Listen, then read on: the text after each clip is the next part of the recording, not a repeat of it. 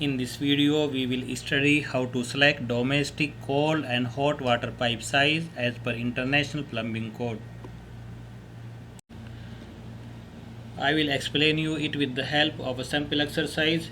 In our next video, we will learn how to select the domestic water pipe sizing for a high-rise building with the help of ASPE standards. To select the water pipe sizing as per International Plumbing Code, we need to follow these steps.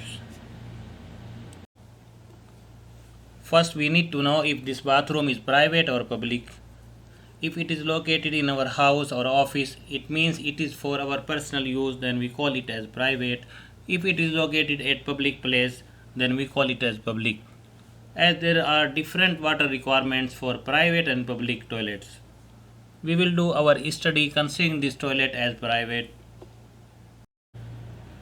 Number 2, we will draw a piping network for both cold and hot water with branches connecting to all fixtures. Then we will select the minimum water supply pipe size for all the sanitary fixture from table 604.5 of International Plumbing Code. You can see from this table. For bidet we need 3 by 8 inch pipe size. For lavatory we need also 3 by 8 inch pipe size. For shower single head we need half inch pipe size, and for water closet with flush tank we need also 3 by 8 inch pipe size. And we will write these minimum pipe size beside each fixtures. As we know, in the market available standard minimum pipe size is of half inch, so in place of 3 by 8 inch we will select the half inch pipe size for the branches coming to wash basin, WC and bidet. As for shower, minimum pipe size is of half inch, so we will keep it as it is. Then from table AP 103.32 we will select the load values in water supply fixture units. For bidet you can see we have the load values of 1.5 for both cold and hot in water supply fixture unit. For lavatory we need 0.5 water supply fixture unit for both cold and hot. For shower head also we need 1 water supply fixture unit for cold and hot.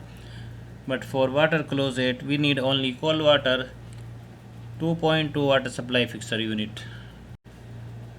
And we will write these load values beside each fixtures. Then you can see for cold, for shower we have 1 plus, for bidet we have 1.5, for WC 2.2 and for wash basin 0.5. So for cold it will be equal to 5.2 water supply fixture unit. For the hot, for shower we have 1, for bidet we have 1.5, for WC we have nothing, and for wash basin we have 0.5. So it will be equal to 3 water supply fixture unit. Now we'll select the GPM from table 103.33 of International Plumbing Code. If you are using the flush tank system, then you need to select the GPM from left hand side. But if you are using the flush wall system, then you need to select the GPM from right hand side. We are using the flush tank, so we will select our GPM from here. The first column is showing the water supply fixture unit and the second column is showing the corresponding GPM. For cold water we have 5.2 water supply fixture unit. From this table we see we have value 5 and 6. As it is near to 5, so we can select 9.4 GPM. But for more safety I will go for the next value of water supply fixture unit, that is 6, and will select the 10.7 GPM for cold water. For hot water we have 3 water supply fixture unit, so we will select the 6.5 GPM for hot water. Similarly, to select the pipe size of any pipe segment, you need to add the water supply fixture unit values for all the fixture before it. If you need to select the pipe size at 0.1, so you need to add the water supply fixture unit for WC, bidet and shower. Then from table AP 103.33 you need to select the GPM for this water supply fixture units. We have calculated the GPM for both cold and hot water piping. Now we will learn how to calculate the GPM for the main line that is supplying water to both hot and cold water piping network. Again we'll use the table AP103.32. You can see in this table we have three columns for the load values. The first column is for the cold water, the second column is for hot water, and the third column is for total. The total is the water supply fixture unit for the main line that is supplying water to both lines hot and cold. For bidet we have the total water supply fixture unit 2. For lavatory we have 0.7, for shower head we have 1.4, and for water closet with flush tank we have 2.2.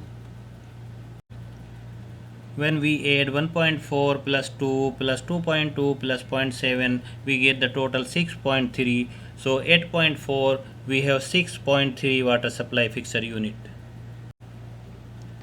Now from table AP103.33 we will select the GPM.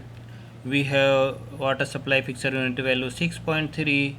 For more safety we will go for 7. So for 7 water supply fixture unit we will select 11.8 GPM. Now we have calculated the GPM. For the main line we need 11.8 GPM, and for pipe segment 3 for the cold water we need 10.7 GPM, and for hot water we need 6.5 GPM. Now we will select the pipe size for this pipe segment with the help of pipe friction loss chart. To select the domestic water pipe size we need to follow these rules. Number 1, maximum pressure drop equal to 5 psi per 100 feet. Number 2, flow velocity not exceeding 8 feet per second for cold water. Number 3, flow velocity not exceeding 5 feet per second for hot water. There are other points also you need to follow. Minimum size of fixture supply pipe shall be selected from table 604.5 from International Plumbing Code. Minimum service pipe size shall not be less than 3/4 inch. For a considerable long run of pipe friction loss, more than 2.5 psi per 100 feet is not recommended. If you have very long run of piping, then the friction loss should not exceed 2.5 psi per 100 feet. For pipe sizing we are using friction loss in fairly smooth pipe chart for steel. It is applicable for copper and PVC also, as the friction loss in PVC and copper pipe is less than steel pipe. We have 3 GPM values 6.5, 10.7 and 11.8 for which we need to select the pipe size. We have drawn 3 vertical line in red color. The first line showing 6.5 GPM, the second line showing 10.7 GPM and the third line is showing 11.8 GPM. Also we have drawn a green horizontal line for friction loss 5 psi per 100 feet. As these are small GPM and for small pipe size friction loss is more important.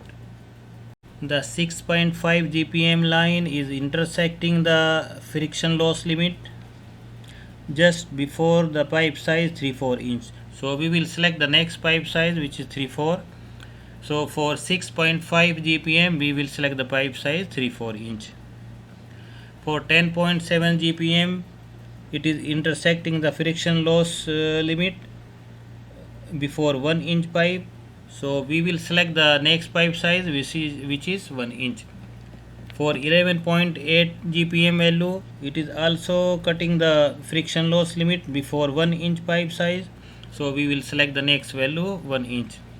So for 6.5 GPM we will select the pipe size 3/4 inch, and for 10.7 and 11.8 GPM we will select the pipe size 1 inch. If you know the pipe material in advance, then you can select the pipe size using the friction loss chart for that particular material. You can find from International Plumbing Code the pipe friction loss chart for copper. You can see this is pipe friction loss chart for copper type K, then this one for type L, this friction loss chart for type M, this friction loss chart fairly smooth steel pipe, this friction loss chart fairly rough steel pipe. Also you can ask the pipe specification from the PVC pipe supplier. he can provide you the friction loss chart for PVC pipe. So in this way we have selected the pipe size for 11.8 GPM 1 inch, for 10.7 GPM 1 inch and for 6.5 GPM 3/4 inch. I hope this video will help you. Please like the video and subscribe the channel also. Thank you very much.